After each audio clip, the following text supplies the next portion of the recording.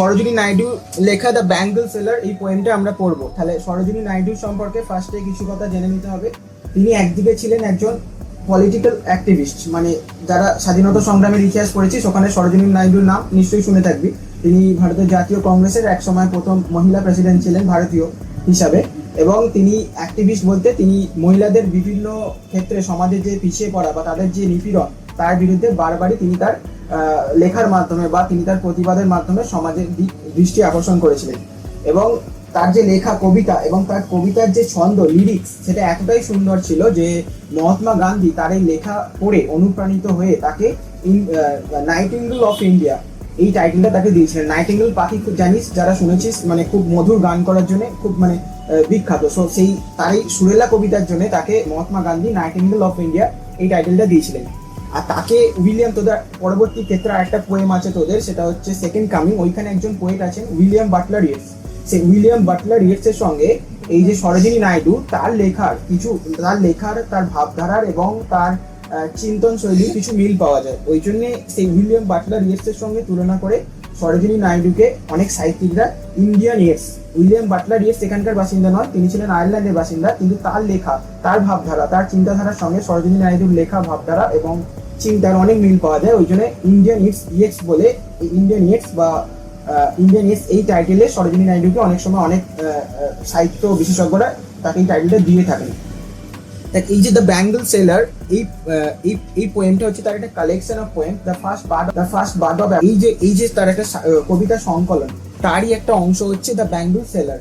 এই ব্যাঙ্গল সেলার কবিতাটা প্রথম 1912 খ্রিস্টাব্দে ওই যে তার কবিতা সংকলন, সেই কবিতা সংকলনই প্রথম প্রকাশিত হয়েছিল। এটা দেখ টোটাল 4টে স্ট্যান্জা আছে এবং প্রত্যেকটা স্ট্যান্জায় 6টা করে লাইন আছে। টোটাল 24টা লাইনের একটা কবিতা। এটা হচ্ছে 24টা লাইনের কবিতা। এর রাইম স্কিমটা দেখে নে। প্রথমে রাইম স্কিম হচ্ছে দেখ A, মানে ধর ফার্স্টে দেখ বিয়ার এর সঙ্গে ফিয়ারের যেমন মানে প্রোনাউন্সিয়েশনে মিল আছে, তেমনি ব্রাইটের সঙ্গে লাইটের প্রোনাউন্সিয়েশনে মিল আছে, লাইটসের সঙ্গে ওয়াইফসের প্রোনাউন্সিয়েশনে মিল আছে। তাহলে ফার্স্টের দুটো লাইন বা কাফলেট, এই দুটো রাইম স্কিম কি এ তারপরে যে নতুন একটা প্রোনাউন্সিয়েশন আসছে, প্রথম রাইম স্কিম আসছে, সেই স্কিমটাকে আমরা কি বলছি, ব্রাইট আর লাইট, সেটাকে বলছি বিবি। আর তারপরে দুটো লাইন লাইফস অ্যান্ড ওয়াইফ, এইটাকে বলছি সিসি।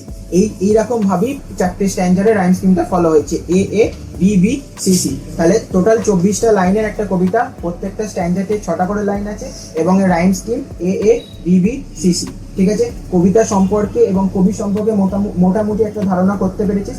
এবার এই কবিতার বিষয়বস্তু সেটাকে সংক্ষেপে একটু বলছি। আমার মহিলাদের জীবনে যে বিভিন্ন বয়সের মহিলাদের কিভাবে তারা সমাজে নিজেদেরকে দেখায় বা সমাজে কিভাবে তারা বেড়ে ওঠে, তারই একটা প্রতিফলন এই কবিতার মাধ্যমে কবি সরোজিনী নাইডু আমাদের সামনে তুলে ধরেছেন। মানে মহিলাদের জীবনে বিভিন্ন স্তর বা বিভিন্ন বয়সের মহিলাদের মধ্যে কি পার্থক্য দেখা যায়, সেটাই এই কবিতায় আমাদের সামনে কবি তুলে ধরেছেন। যে ইনফরমেশনগুলো বললাম ওগুলো লাস্টে বলবো, লিখে নিবি। ওগুলো নিয়ে এখন ওগুলো মানে জাস্ট শুনে রাখার জন্য বললাম, যখন লাস্টে নোট করতে বলবো তখন ওগুলো লিখে নিবি। এখন কবিতাটা মন দিয়ে শোন। আর এই কবিতাটা লেখা হয়েছে ফার্স্ট পার্সন ন্যারেটিভে। ফার্স্ট পার্সন কাদের বলা হয়, কোন ফার্স্ট পার্সন থেকে? আই আর উই হচ্ছে ফার্স্ট পার্সন। দেখ কবিতাটা শুরুই হচ্ছে, দেখ ফার্স্ট লাইনে আছে, দেখ ব্যাঙ্গল সেলার্স আর উই বলতে আমরা, মানে ব্যাঙ্গল মানে হচ্ছে কি চুড়ি, সেলার্স মানে হচ্ছে বিক্রেতা। তাহলে দ্য ব্যাঙ্গল সেলার্স মানে চুড়ি বিক্রেতারা। তাহলে চুড়ি বিক্রেতারা নিজেরাই কথাটা বলছে ফার্স্ট পার্সন, ওই জন্যই কবিতাটাকে বলা হয়, লেখা হয়েছে ফার্স্ট পার্সন ন্যারেটিভে। এই পয়েন্টটা বলে দেবো, না যদি মনে থাকে তখন মনে করবে, লিখে নিবে, এটা পয়েন্টটা লিখতে হবে। দেখ এবার ফার্স্ট লাইনটা দেখ, ব্যাঙ্গল সেলার্স আর উই ফু বিয়ার, বলছে আমরা হচ্ছি সেই চুড়ি বিক্রেতারা, ফু বিয়ার যারা বহন করি, বিয়ার মানে বহন করা, কি বহন করে, our shining loads to the temple fair. Shining loads মানে চকচকে, লোডস মানে হচ্ছে বোঝা। চুড়ির রং কি হয়, চকচকে, মানে ধর অনেক সময় বিভিন্ন কালারের চুড়ি রঙের চকচকে দেখায়, ওই জন্য বলছে চুড়ি বিক্রেতারা তারা মাথায় করে বোঝা করে একটা লোড নিয়ে যাচ্ছে। সেই লোডটা কিরকম, সাইনিং লোড মানে চকচকে, যেহেতু ওই ঝুড়ির মধ্যে কি আছে, চুড়ি আছে। কোথায় নিয়ে যাচ্ছে তারা সেটা, টু দ্য টেম্পল ফেয়ার। কোনো একটা ধর ভারতীয় সংস্কৃতির একটা বৈশিষ্ট্য, কোনো মন্দিরকে কেন্দ্র করে, কোনো পুজোকে কেন্দ্র করে একটা মেলা বসে, সেই মেলায় এখনকার দিনে তো একটা দোকানপাট করে বসছে, তখনকার দিনে তো সময় এরকম ছিল না, তখন বিক্রেতারা একটা চুরি করে বা তাদের নিজস্ব কোনো সামগ্রী করে জিনিসপত্র নিয়ে যেত। তো সেরকমই কোনো চুড়ি বিক্রেতারা মাথায় করে চুড়ি বোঝাই করে নিয়ে যাচ্ছে কোনো একটা মেলায়। সেই মেলাটা কোথায় বসছে, টেম্পল ফেয়ার মানে কোনো একটা টেম্পল বা কোনো একটা মন্দিরকে কেন্দ্র করে কোনো পুজো হয়েছে এবং সেই কারণে একটা মেলা বসেছে, সেখানে সেটা নিয়ে যাচ্ছে। Who will buy this delicate bright rainbow tinted circle of light? তাহলে নিজেরাই কোশ্চেন করছে ব্যাঙ্গল সেলার্সরা, চুড়ি বিক্রেতারা। Who will buy this? কারা কিনবে এগুলো? ডিলাইট মানে যেটা খুব সূক্ষ্ম, চুড়ি এমনি খুব ঠুনকো হয়, মানে একটু দিয়ে ভেঙে যাওয়ার সম্ভাবনা থাকে, ওই জন্য বলছে who will buy this? কারা কিনবে এগুলো? ডেলিকেট মানে সূক্ষ্ম, ব্রাইট মানে উজ্জ্বল, rainbow tinted circle of bright, rainbow মানে হচ্ছে রামধনু, rainbow tinted circle of bright মানে রামধনুর রঙের রাখা চক্রাকার। চুড়ির রং, চুড়ি গোল করা হয় এবং চুড়িতে যখন রংটা যখন দেখবো আমরা বিভিন্ন দিক থেকে বিভিন্ন অনেক রকমের কালারের চুড়ি হয়, চকচক করছে, যে 7 রঙা রামধনু যেমন দেখতে হয়, চুড়ির ওই গোল গোল যে চুড়িটাকে সেটাকে একটা রামধনুর সঙ্গে তুলনা করছে এখানে Bengal সেলার্সরা। Lustrous tokens of radiant lives for happy daughters and happy wives. Lustrous মানে উজ্জ্বল বা চকচকে, টোকেন্স মানে উপহার, বলছে এইটা হচ্ছে একটা উজ্জ্বল উপহার অফ রেডিয়েন্ট লাইফ। কাদের জন্য উপহারটা? ফর দ্য রেডিয়েন্ট লাইফ, যাদের জীবনটা খুব রেডিয়েন্ট বা আনন্দ উজ্জ্বল বা যারা খুব খুশিতে আছে, তাদের কাছে এই উপহারটা খুবই একটা উজ্জ্বল বা খুব একটা আনন্দের একটা উপহার। এই উপহারটা কাদের জন্য নিয়ে যাবে? ফর হ্যাপি ডটার্স, কোনো বাবা তার মেয়ের জন্য নিয়ে যাবে, অ্যান্ড হ্যাপি ওয়াইফ, কোনো হাজবেন্ড তার ওয়াইফের জন্য এই মেলা থেকে চুড়ি কিনে নিয়ে যাবে। তো ফার্স্ট স্ট্যান্ডারে 6টা লাইন আপাতত কোনো বুঝতে ডাউট আছে? নেক্সট স্ট্যান্ডারে তাহলে যাচ্ছি। বলে দেবো মানেগুলো তো জানিস, বলে যে ওটা আবার জিজ্ঞাসা করছিস কেন? আদার্স কোনো এমনি কনসেপ্টে কোনো বুঝতে অসুবিধা থাকলে জিজ্ঞাসা কর। দেখ, some are made for a maiden's wish, some are made মানে কিছু চুড়ি কেন বানানো হচ্ছে? মেড মানে সাক্ষাৎ করার জন্য, এখানে মেড মানে পড়ার জন্য বানানো হয়েছে। ফর আ মেডেন্স ওয়াইফ, মেডেন মানে অবিবাহিত মহিলা, অবিবাহিত মহিলাদের বলা হয় মেডেন। এখানে সেই আইপিএল খেলার মেডেন মানে 0 রান, সেটা অবিবাহিত মহিলাদের বলা হয় মেডেন। হ্যাঁ, মেডেন রিস্ট, তাহলে কোনো অবিবাহিত মহিলারা তাদের রিস্টে বা তাদের কবজিতে চুড়ি পরবে, সেই জন্য কোনো চুড়ি বানানো হয়েছে। সেই চুড়ির রংগুলো কিরকম দেখ, অবিবাহিত মহিলাদের জন্য যে চুড়িগুলো পরার জন্য বানানো হয়েছে, সেই চুড়ির রংগুলো কিরকম দেখ, silver and blue as the mountain mist, মানে পর্বতের ওপরে, মিস্ট মানে কি কুয়াশা, পর্বতের উপর কুয়াশা যখন থাকে তখন সেই জায়গাটা যেমন আকাশের নীলটা একটু দেখা যায় আর কুয়াশার ওই ধূসর রংটা দেখা যায়, সিলভার বা ধূসর রংটা দেখা যায়। বলছি কিছু চুড়ির রং কিরকম, সিলভার অ্যান্ড ব্লু, ওই যে রূপলি, যে ওই কুয়াশার যে রূপলি বা ধূসর টাইপের রংটা এবং মাঝে মাঝে একটু আকাশ দেখা যাচ্ছে সেরকম নীল, সেই রংটা কিছু কিছু চুড়ির রং। আবার এই যে চুড়ির রং যে সিলভার অ্যান্ড ব্লু, এটা ওই যে মেয়েদের অল্প বয়সে তারা যে ইনোসেন্ট, তারা যে একদম নিষ্পাপ, তাদের সেই নিষ্পাপতাকে মানে তুলনা করছে এই রং দুটো দিয়ে। তাহলে ইনোসেন্ট গার্ল বা যারা কিছুই জানে না এরকম মেয়েদেরকে তুলনা করছে সিলভার এবং ব্লু এই কালার দুটো দিয়ে। Some are flushed like the birds that dream, বলছে some are flushed, some বলতে এখানে সেই চুড়িগুলোর রং বলা আছে, সেই কিছু চুড়ির রং কিরকম, flushed মানে হচ্ছে ডিপ রেড বা ঘন লাল, like the birds that dream, birds মানে হচ্ছে কুড়ি, এখানে মেয়েদেরকে ফুলের কুড়ির সঙ্গে তুলনা করা হচ্ছে। এবং কি বলছে, দ্যাট ড্রিম, সেই কুড়িগুলো, যারা অল্প বয়সী মেয়েরা তাদের জীবনে অনেক স্বপ্ন দেখে, তাদের সেই স্বপ্নটার রংটা কিরকম, ফ্লাশ বা ডিপ রেড মানে স্বপ্নের রং লাল, তাহলে তাদের সেই স্বপ্নটাকে তুলনা করা হচ্ছে এখানে। On the tranquil বাউস of A woodland stream, তাহলে তারা কোথায়, এই কুড়িগুলো কোথায় স্বপ্ন দেখছে? কুড়িগুলো কিন্তু এখানে মেয়ে নয়, মানে যেহেতু কুড়ি মানে ফুলের কুড়ি কি বলেছে ইনডিরেক্টলি, সেই তো আমরা ওই কুড়িটাকেই ধরে নিলাম। উডল্যান্ড বলতে হচ্ছে জঙ্গল, আর স্ট্রিম মানে হচ্ছে নদী। কোনো একটা উডল্যান্ড, জঙ্গলের মধ্যে দিয়ে কোনো একটা নদী বয়ে গেছে, সেই নদীর পাশে কোনো একটা সবে ফুল ফুটেছে, সেই ফুলের কোনো একটা কুড়ি, সে যেন সেইখানে দাঁড়িয়ে স্বপ্ন দেখছে, সে যেন আগামী দিনে যেন জানে না কি হবে, কোনো একটা হয়তো ঝড়কা বান এসে সেই ফুলের গাছটাকে একবারে উপড়ে ফেলেও দিতে পারে। তেমনি যে মেয়েটা এখন তার স্বপ্নটা লাল, সে জানে না তার ভবিষ্যৎ কেমন হবে, তার ফিউচার জীবন কেমন হবে, সে শ্বশুর বাড়ি থেকে কিরকম লাইফ লিড করবে, তার আগামী জীবন কেমন হবে, সেই ফুলটা যেটা ওই একটা নদীর ধারে জাস্ট ফুটেছে, এটা হতেই পারে যে নদীর জলটা প্রচন্ড বেড়ে গেল, সেই ফুলটাকে একবার উপড়ে নিয়ে চলে গেল। তেমনি যে মেয়েটা যে এখন মনে মনে স্বপ্ন দেখছে, যার স্বপ্নটা এখন রঙিন, সেই মেয়েটা কিন্তু জানে না যে আগামী দিনে তার জন্য কি অপেক্ষা করছে। On the tranquil brow of a windland, আচ্ছা ট্র্যাঙ্কুইল মানে হচ্ছে শান্ত, আর ব্রো মানে হচ্ছে উপত্যকা। ওই যে বললাম তোদের বোঝানোর সময় বলে দিয়েছি, লাইনটা তখন বলা হয়নি। তাহলে ওই যে ফুলের কুড়িটা কোনো একটা শান্ত উপত্যকায় নদীর ধারে সে স্বপ্নটা দেখছে। Some are glow with the bloom that cleaves, বলছে সামার গ্লো, কিছু চুড়ির রং, গ্লো মানে তার উজ্জ্বল চকচকে, like the glow with the Bloom মানে সবে ফুটেছে এরকম ফুল, দ্যাট ক্লিপস, মানে যেটা সবে সবে একটা ফুল যখন কুড়িটা ফোটে তখন কি, যখন ফুলটা ফোটে এরকম ভাবে তো ছড়িয়ে যায়, ওই যে যখন কুড়িটা ফুটে ছড়িয়ে যাচ্ছে ওই যে সবুজ সবুজ পাতাগুলো চারিদিকে বেরিয়ে পড়ছে, তো ওইটাকে বলা হচ্ছে তারা যেন চারিদিকে ছড়িয়ে গেছে। To the limpid glory of a new born leaves, তাদের যে একটা যখন ফুলটা ফোটে তার মধ্যে যেন যেন গ্লোরি থাকে, তার মধ্যে যেন একটা আভিজাত্য ব্যাপার থাকে, যে সে যেন নতুন তাজা, সেই যে তার যে একটা আভিজাত্য ব্যাপার সেটা এই ফুল ফোটার বা কুড়িটা যখন ফুটে উঠলো তার মধ্যে দিয়ে তিনি কবি আমাদের বোঝাতে চাইছেন। থার্ড স্ট্যান্জা দেখ, summer like feels of sunlit corn, কিছু চুড়ির রং, সাম বলতে যতবারই বলছে সাম বলতে চুড়িদের কি বোঝানো হচ্ছে, চুড়ির রং কি বোঝানো হচ্ছে।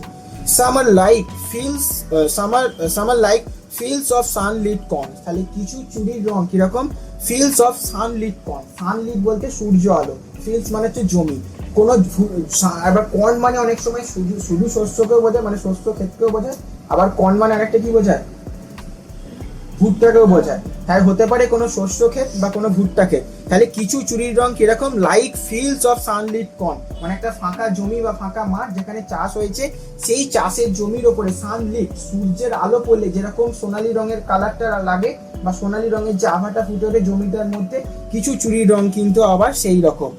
Meet for a bride on her bridal morn, morn মানে হচ্ছে মর্নিং, ওটাকে শর্টে পোয়েটিক ল্যাঙ্গুয়েজে বলেছে মর্ন। তাহলে মিট ফর এ ব্রাইড, তাহলে এই চুড়িগুলো, যে চুড়িগুলোর রং গোল্ডেন, বা যে চুড়িগুলোর রং হচ্ছে ওই সূর্যের আলোটা যে পড়েছে সেই রকম রঙে, সেই চুড়িগুলো কারা পরবে, মিট ফর এ ব্রাইড, সেটা কোনো বিয়ের কোণে পরবে, কখন পরবে, অন হার ব্রাইডাল মর্ন, তার বিয়ের দিন সকালে সেই চুড়িগুলো সেই কোণেটা পরবে। দেখতে বুঝতে পারছিস মেয়েটা আস্তে আস্তে ছোট থেকে আস্তে আস্তে বড় হচ্ছে, তার মানে জীবনের বিভিন্ন পর্যায়কে একটা একটা স্ট্যান্ডার্ডে লেখক কবি আমাদের সামনে তুলে ধরছেন। Some like the flame of R marriage fire, তাহলে কিছু চুড়ির রং, সাম বলতে কিছু চুড়ি, তাহলে কিছু চুড়ির রং কিরকম, like the flame of R marriage fire, Hindu যে বিবাহ যে রীতি নিয়ম, মাঝে ধর ওই আগুন মানে দিয়ে তার পাশে 7 পাকে ঘোরা হয়, তো ওইখানে বলছে কিছু চুড়ির রং, some like the flame of R marriage fire, কিছু চুড়ির রং কিরকম, ওই যে বিয়ের যে আগুনটা জ্বালানো হয় যার পাশে 7 পাক ঘোরে, সেই যে ফ্লেম, সেই যে আগুনটার রং যেরকম রক্তিম বা লাল, সেই তার কিছু চুড়ির রং হচ্ছে ঠিক সেই রকমের লাল। or reach with the vui of a heart's desire, আবার কিছু চুড়ির রং কিরকম, with the reach, তারা এতটাই সমৃদ্ধ, vui মানে হচ্ছে colourful, of her heart's desire, তার মনের ইচ্ছাটা যতটা রঙিন, এখানে মানে আর কবি নিজে থেকে আর কোনো রং দিতে চাইলেন না, বলছে কিছু চুড়ির রং আবার ততটাই রঙিন যতটা একটা মেয়ের মনের যে স্বপ্নটা যতটা রঙিন থাকে ততটাই রঙিন। টিঙ্কলিং, চুড়িগুলো কিরকম দেখ, চুড়িগুলো হচ্ছে টিঙ্কলিং, টিঙ্কলিং মানে টুংটাং করে, চুড়ি বলে একটার পর একটা ঠেকবে টুংটাং আওয়াজ হয়, সেটা হচ্ছে টিঙ্কলিং। লুমিনাস, লুমিনাস দেখবে একটা ব্যাটারি কোম্পানি, ইনভার্টার কোম্পানি আর দিতে লুমিনাস, লুমিনাস মানে কি উজ্জ্বল বা আলোকিত। আর একটা হচ্ছে টেন্ডার, টেন্ডার মানে হচ্ছে কোমল বা সূক্ষ্ম, অ্যান্ড ক্লিয়ার, তাহলে চুড়িদার চুড়ি পরলে টুংটাং আওয়াজ হবে টিঙ্কলিং, চুড়ি হচ্ছে লুমিনাস মানে চুড়ি খুব কালারফুল হয়, চকচক করবে লুমিনাস, টেন্ডার মানে সূক্ষ্ম বা কোমল, অতি সহজেই ভেঙে যেতে পারে, অ্যান্ড ক্লিয়ার, ক্লিয়ার মানে খুব স্বচ্ছ, মানে চুড়ি তো কাঁচের চুড়ি হয়, কাঁচের চুড়ি মানে এমনি স্বচ্ছ হবে জিনিসটা। Like her bridal laughter and her bridal tear, এই যে ক্লিয়ার, চুড়িটাকে ক্লিয়ার কেন বলছে দেখ, কারণ হচ্ছে তার like her bridal laughter and bridal tear, সেই মেয়েটা সেটার বাপের বাড়ি থেকে শ্বশুর বাড়ি চলে যাবে, তার জন্য তার মনে একটা দুঃখ আছে, সেই জন্য এখানে বলছে ব্রাইডাল টিয়ার মানে সেই কনের কান্না, এবং সে যে নতুন বাড়িতে যাবে, তার হাজবেন্ডের বাড়িতে যাবে, শ্বশুর বাড়িতে যাবে, সেখানে যাওয়ার জন্য তার মনে একটা যে সুপ্ত আনন্দ থাকে, সেটাকে তুলনা করা হচ্ছে কি ব্রাইডাল লাফটার, তাহলে তার মনের দুঃখটাকে কিভাবে তুলনা করা হচ্ছে ব্রাইডাল টিয়ার, আর তার আনন্দটাকে সেটাকে কিভাবে তুলনা করা হচ্ছে ব্রাইডাল লাফটার, বুঝতে পেরেছিস? তাহলে তার যে অভিব্যক্তি, যে কান্না এবং হাসির অভিব্যক্তি, সেটা ততটাই স্বচ্ছ বা ততটাই পবিত্র, তার কান্না এবং হাসির মধ্যে, মানে তার ওই অভিভূতির মধ্যে যে কাঁদছে এবং তার মনের মধ্যে যে আনন্দ আছে সেটার মধ্যে কোনো মানে ভেজাল নেই, সেটা তার একদম নিষ্পাপ অনুভূতি, ঠিক আছে? লাস্ট স্ট্যান্জা দেখ,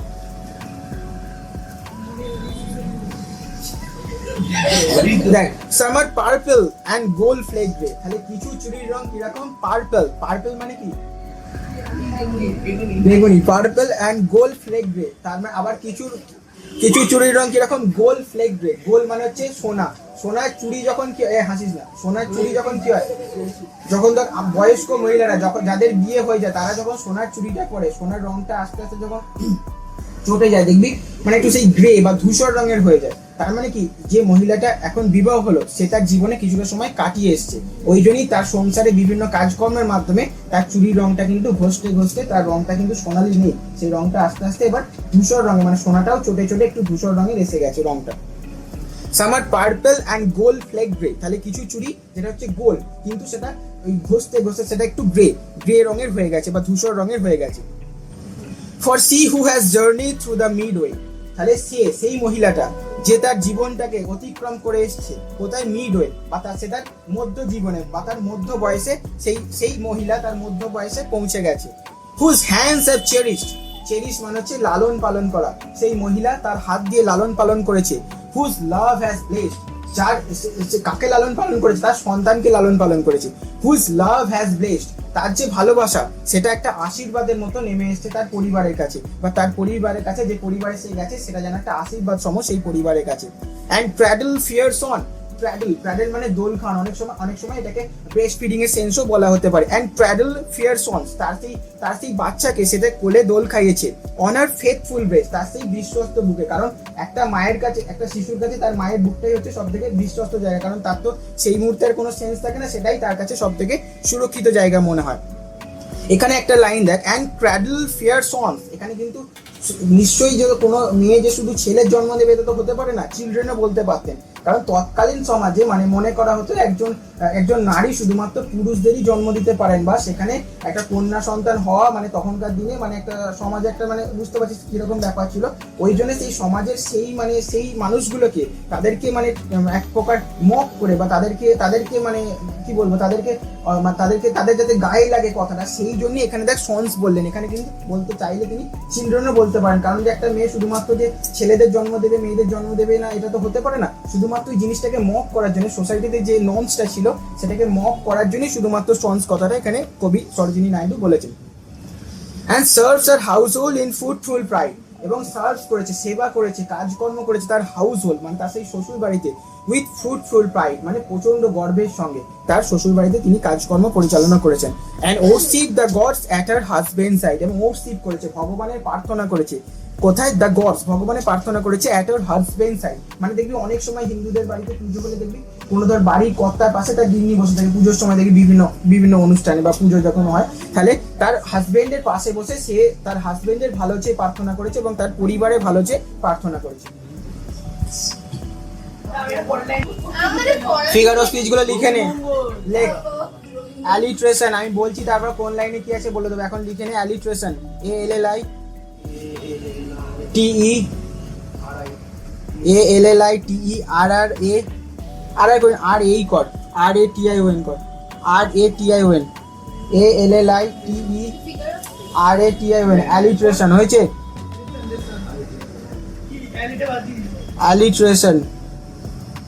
অ্যালিট্রেশনটা লিখে রাখ, আগের দিনে বাকিগুলো এখান থেকে হয়ে যাবে, অ্যালিট্রেশনটা আগের দিন লেখানো হয়নি, লিখে রাখ, এখানে কাজে লাগবে, লিখে রাখ। রিপিটেশন বা কনসোনেন্ট সাউন্ড বারবার রিপিট হলে বা কনসোনেন্ট বারবার রিপিট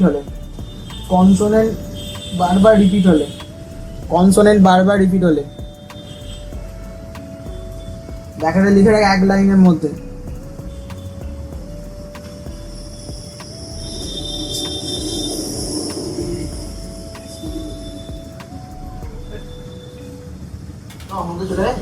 না যাবে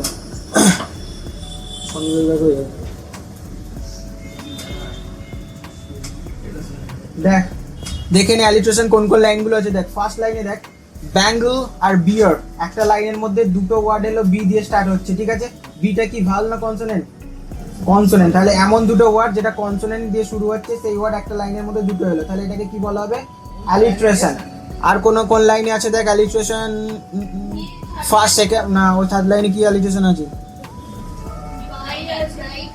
না পুরোটা উচ্চারণ হচ্ছে, কনসোনেন্ট সাউন্ড আসছে, ব্যাঙ্গল বিয়ার ওটা দুটো আলাদা সাউন্ড আসছে। তারপর দেখ ফিফথ লাইনে কি আছে, 6 নম্বর লাইনে কি আছে বল, হ্যাঁ কোনটা বল, হ্যাঁ লাস্টের সময় কি হচ্ছে, হবে না, কত তো মিলছে, কোন আসছে মিল আসছে, লাস্ট আর লাইফ বাস 6 নম্বর ওখানে আর নেই। সেকেন্ড স্ট্যান্ডারে ফার্স্ট লাইনে দেখ, মিট আর মেডেন, মিট মেডেন, ওটা তো একই আছে, ওয়ার্ড দুটো একই, ওটা অন্য ফিগার, হ্যাঁ সে ওটা একটা আছে অন্য ফিগার অফ স্পিচ, এটা এখন তোদের দরকার নেই।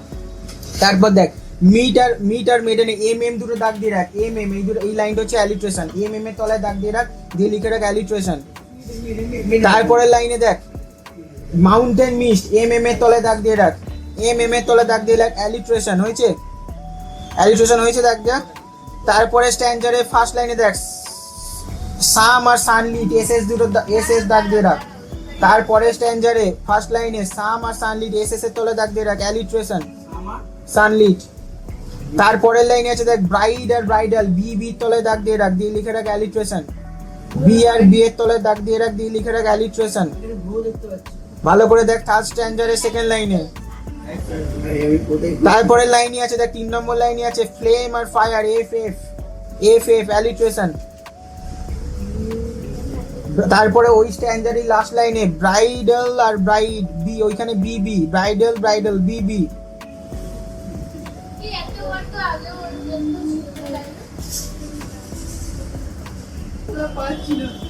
তারপর দেখ আর ব্রাইডাল পেজ, তারপরে বি ব্যাস, আর নেই, ব্রাইডাল তো আর নেই।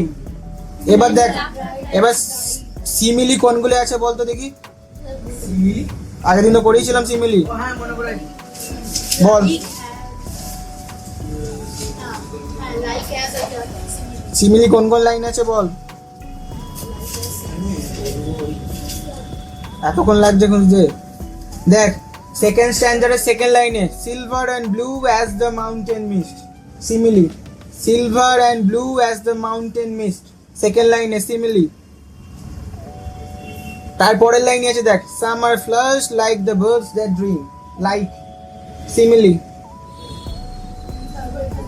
আরেকটা দেখ এখানে আরেকটা কি ফিগার অফ স্পিচ হতে পারে বলতো এই লাইনটার মধ্যে, summer flush like the birds that dream, কোন ফিগার অফ স্পিচ হতে পারে বলতো? এটা হতে পারে, এটা আমার দেখে বলছিস নাকি? কি করে হতে পারে মেটাফোর বল, কি হতে পারে বল, আগের দিন লিখেছিলাম summer flush like birds that dream, birds মানে কি, বার্ডস মানে পাখি, বার্ডস বিউডিএস বার্ডস, বার্ডস মানে কি, বার্ডস মানে কি ফুলের কুড়ি, দ্যাট ড্রিম, ফুলের কুড়ি কি স্বপ্ন দেখতে পারে? তাহলে কি হবে, বাড়িয়ে বলা নয়, হাইপার বলতে বাড়িয়ে বলা। প্রাণ নেই এমন কোন জিনিসকে প্রাণ আছে এমন কোয়ালিটি আছে, পার্সনিফিকেশন হবে এই লাইনে। তাহলে সিমিলিও আছে, পার্সনিফিকেশনও আছে, সিমিলিও আছে, পার্সনিফিকেশনও আছে। আর সিমিলি আছে দেখ ওই থার্ড স্ট্যান্ডারে ফার্স্ট লাইনে some are like fields of sunlit corn, simile. তারপরে 3 নম্বর লাইনে আছে ওই স্ট্যান্ডারে some like the flames of R marriage fire, simile, like.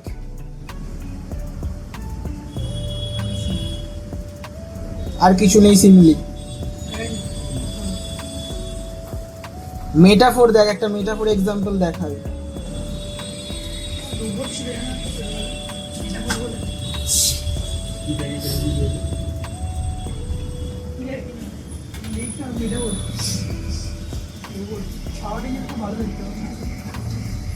দেখ এই লাইনে থার্ড স্ট্যান্ডার্ডের ফিফথ লাইনটা দেখ, একটাই দেখে রাখ। না এটা তো না সরি ফিফথ লাইন নয়, o rich with fourth line দেখ, fourth line all rich with the view of her heart's desire, মানে এখানে কি ভিউ মানে রংটা কি রকম, হার্টস ডিজায়ার, তার মনের রঙের মতো বা তার ইচ্ছার মতো রঙিন, কিন্তু সেখানে লাইট দিয়ে তুলনা করলো না, তুলনা করছে তার যে স্বপ্নের মতো রঙিন, কিন্তু লাইট দিয়ে তুলনা করছে না, ডাইরেক্ট তুলনা করছে hue of her heart's desire, এখানে লাইট ছাড়া তুলনা করা হচ্ছে, এটা হচ্ছে মেটাফোর। মেটাফোরটা এই বয়সে বুঝতে একটু প্রবলেম হবে, আমাদের গ্র্যাজুয়েশনে হতো, তাও যেহেতু বললাম দাগ দিয়ে রাখ, আস্তে আস্তে বুঝতে পেরে যাবে পরবর্তী ক্ষেত্রে।